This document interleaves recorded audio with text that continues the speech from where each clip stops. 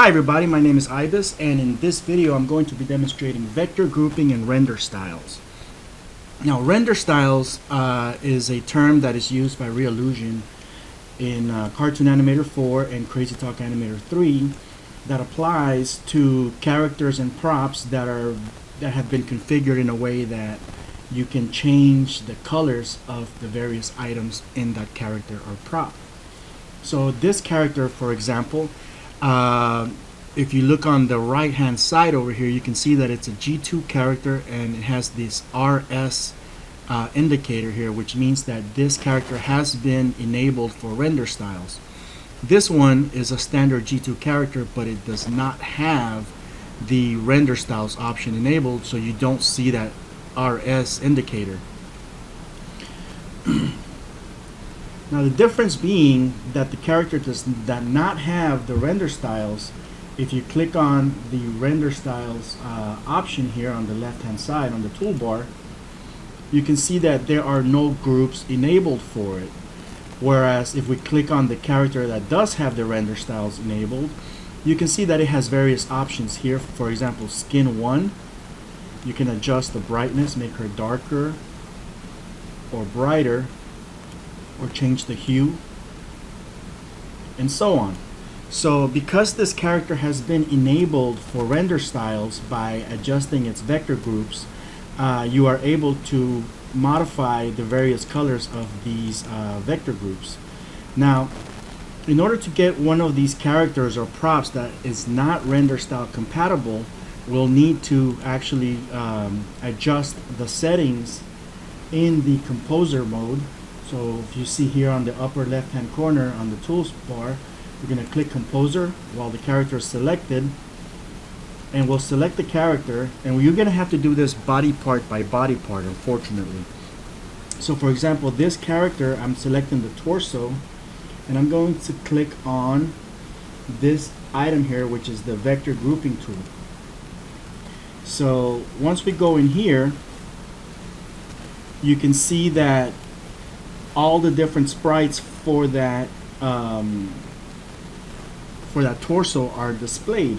So we start clicking on the different items on the list here. So I'm going to just click here and see what happens. Now notice that this item here becomes enabled. Now if we are lucky and we created all the different sprites using the same color, we can click select the same color here, and Cartoon Animator will look across the entire series of sprites, find that exact color, and select them for us. So with all of these sprites enabled, I'm going to assign this vector group to the skin 1 group. You can select any group you want. I mean, this is basically all custom, so you select your groups according to the character or prop that you are creating. So I'm going to select apply, and notice that this body part, do it one at a time, this body part has been assigned to skin 1, this one has been assigned to skin 1, this one has been assigned to skin 1, and so on. Now let's say that we also want to assign the outline. So we're going to go ahead and continue clicking. So it seems that we have managed to find one here. Let's see if we can find all the other ones that match the same color. So there we go. I'm going to go ahead and assign this one to maybe skin 2 or outline. I actually recommend using something else other than outline, because there are some bugs that are available in the program that don't necessarily line up. And now notice that there are a few other ones that don't quite match up. That means that this color and this color, even though they are both basically black, they are technically not the same color. So what I'm going to do is I'm going to hold the control key and select that. That way I can make sure all of those are selected, and I'm going to assign them to skin 2. So once that is done, I'm going to do the same thing for this arm.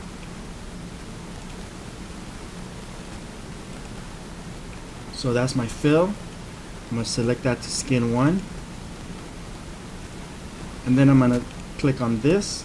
Notice that these light up but these don't, so I'm going to go ahead and hit the control key. That way it ensures that all of those outlines are selected. But again, I am not assigning them to outline. There are some inherent issues with that particular group, so I don't recommend you use it. I'm going to select that and assign all of those to the Skin 2 group. So now you can see here that some are Skin 1 and some are Skin 2. We're going to do the same thing with this forearm, and I'm only going to do this a couple more times. So select that. Okay, that selects everything. Skin 1, apply. And I'm going to look for Skin 2. Alright, but notice that this is not selected, so I'm going to hit Control and make sure that select same color is selected. That way it speeds up our workflow. Assign those to maybe Skin 2.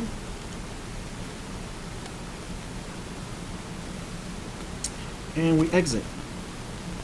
I'm going to do this for the hand. So all the hand sprites for the left hand are enabled. We'll click on that. See, that's a completely different area there. That's another area right there. So what I'm going to do is I'm going to go ahead and group those two, because there's some kind of a shade.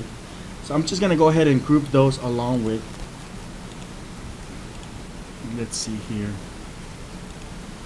with those, and I'm going to assign them to Skin 1. And now I'm going to look for the outline. Okay, and all of those outlines seem to match. I use the wheel on my mouse to zoom in and out. I'm going to assign that outline to Skin 2. Now you are perfectly free to assign these to whatever skin, whatever color group you want. Okay, you're in charge of this. Alright, so I'm only going to do this. So once we're out here, now I can save this character as a custom character.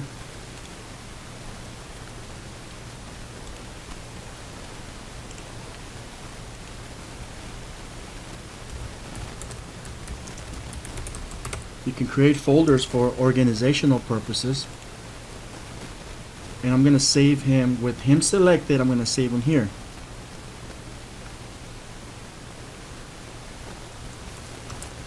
Notice that now that this character has some shapes that are render style compatible, you now see that render style indicator as part of the icon.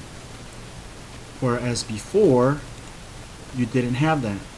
Alright, so what can we do with this?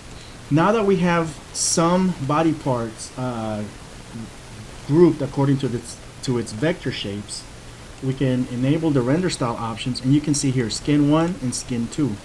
Skin 1, I can adjust the hue, and only the part that I have already modified will be affected. Alright, I can also do affect all.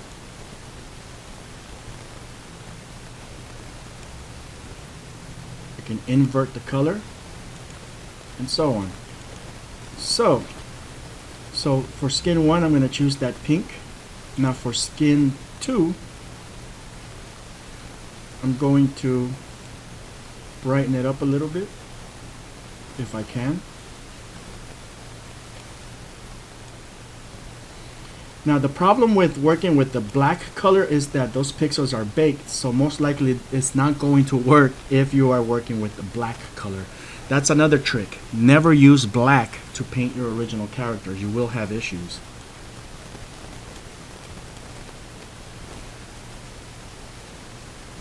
But we are able to modify it to a certain extent.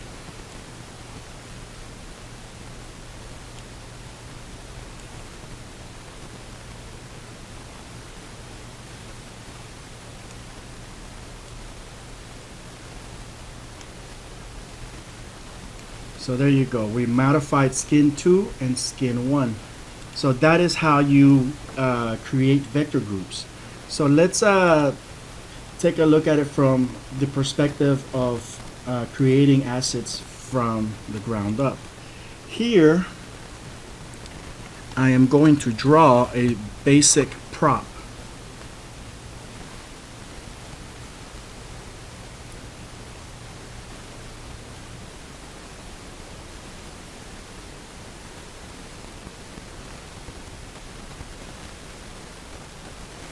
Okay.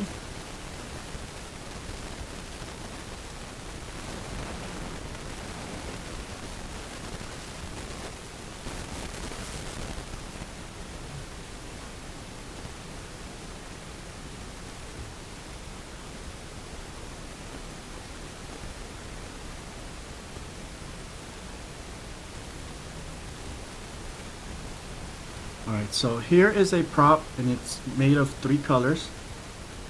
Now there's different ways you can do this. Now as part of an additional step, one of the things that I like to do is I like to add shading, but I'm not going to waste a vector group on a color if it's just for basic shading. So what I'm going to do is I'm going to use the pencil tool to draw where my shading should be.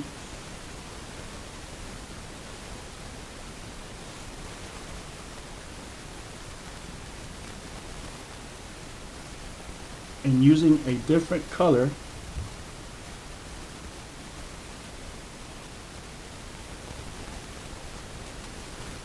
I'm going to create a different shade. I'm going to take this, oops, this, and this, and I'm going to copy, create a new layer, paste in place.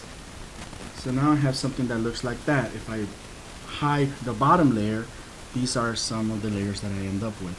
So what I'm going to do here is I am going to go to a dark, almost black color.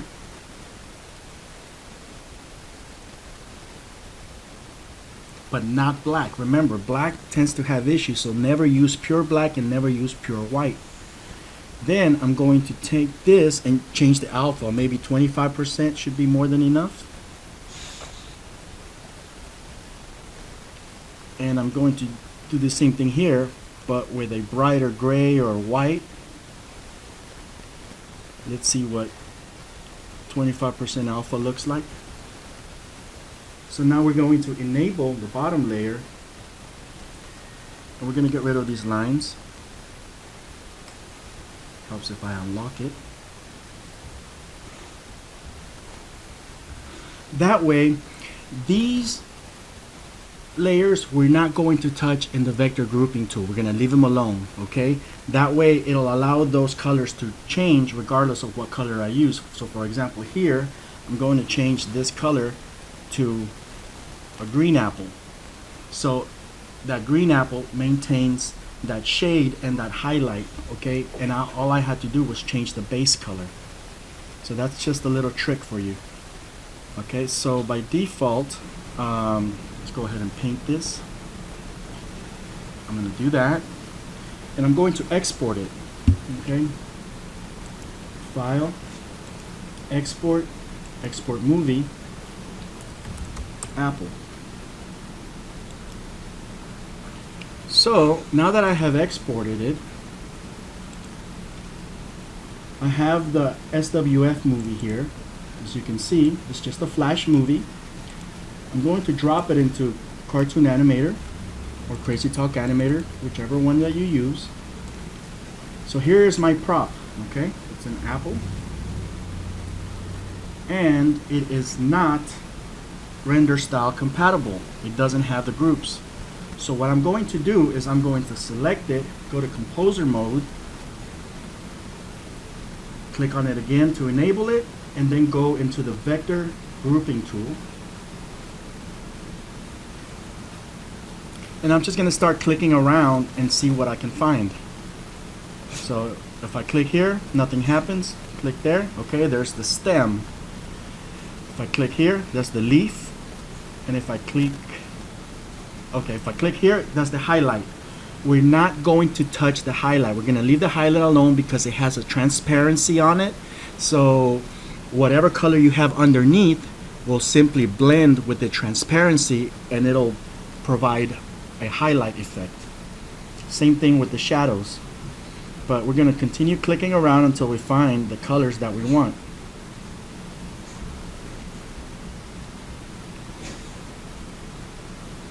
There's our main base color. Usually for my main base color, I like to apply it to my primary skin color. So I'm going to hit, I have it selected, and I'm going to apply it to skin 1. There we go. Now let's see if we can find the other colors.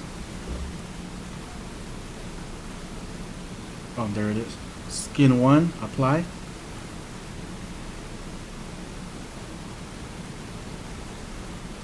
Okay, so there's my leaf. I'm gonna just apply it to maybe skin 2. And let's find that stem. Alright, we can give it, oops, we can really give it whatever we want. So let's try upper 1. It doesn't really matter at this point. Okay, so with that done, we can exit, and we have our apple, which is completely Renderstyle compatible. One of the things I like to do is I like to save them under my props section.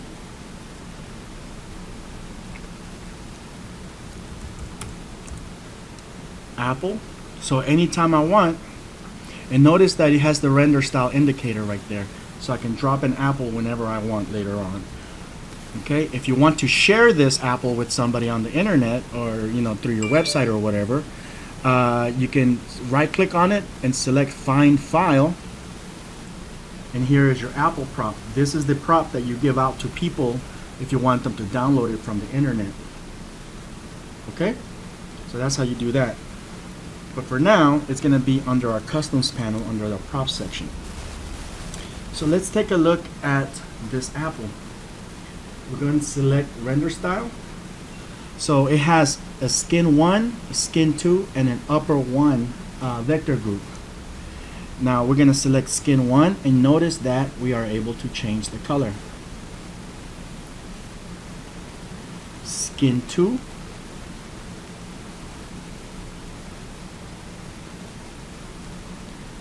Maybe make a green apple. And if we want to change the stem, that's upper 1. Maybe make it darker, brighter, or change the color even. Adjust saturation. And so on. Okay, very easy to do. So if you want to save this, you can save the new prop with the new modifications here. Oops, make sure you don't have it selected. So here is green apple. So you have a red apple, you have a green apple. Now here's the thing about moving render styles from one character to another, one prop to another. Okay, so here I have a red apple, here I have a green apple. There's this button right here. It looks like a little paint bucket, and this is called the apply selected render style button. And the way it works is you select a render style enabled prop or character, and whatever vector groups it has, skin 1, skin 2, upper 1, okay, those groups are going to be applied to whatever character or object you send them to, as long as those groups are available within the new character or prop. Those styles are going to be applied to that character or prop.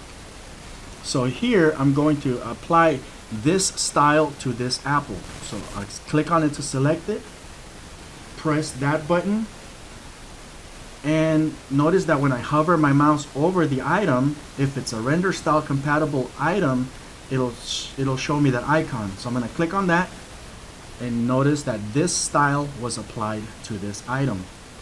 Let's see it again. Now let's do it to this character. So notice that skin 1 was changed, skin 2 was changed, and the shirt, which is upper 1, was also changed. So let's apply that to this character. There you go. So here's the red apple. We're going to take the styles from this apple, apply them to the character, apply them to that character, apply them to that prop. And that is how that function works. You can take any item that has render styles.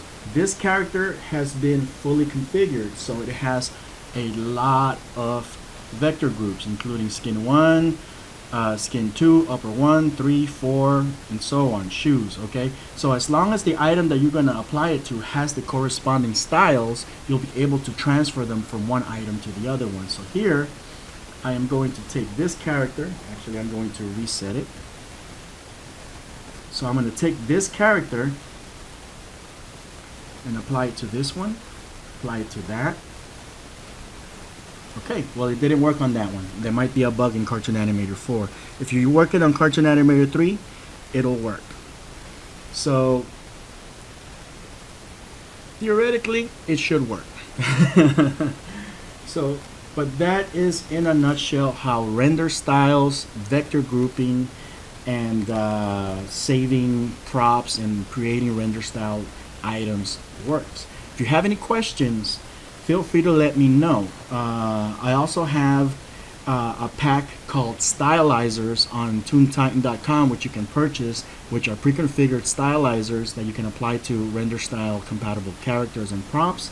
I also have a special semi plugin for Cartoon Animator 4 that allows you to work with custom colors, create custom stylizers, and it gives you a nice little shortcut for customizing the colors in your characters and props. So until next time, see ya when I see ya.